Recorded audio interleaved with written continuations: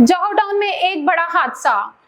LDA, टीपा और हुकूमत की नाकस कारकर्दगी सामने आ गई। जानते हैं इस रिपोर्ट में। सूबाई दारुल हुकूमत लाहौर की मेन शाहराहों की सूरत हाल। जौहर टाउन शादीवाल चौक में 2 मोटरसाइकिलें और एक गाड़ी गड्ढे में गिर गई। 10वीं मर्तबा खौफनाक घड़ा संगीन हादसे का बाइस बना, लेकिन मजाल है किसी के सर पर जूं भी रिंगी हो।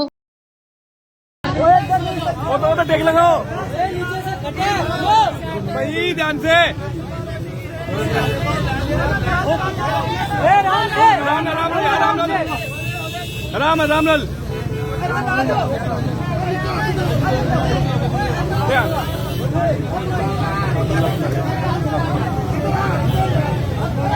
ऐसा ऐसा भाई, ऐसा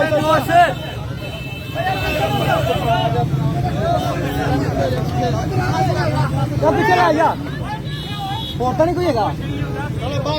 अल्लाह ताला रहमत करे यार, अल्लाह ताला इजाज़त।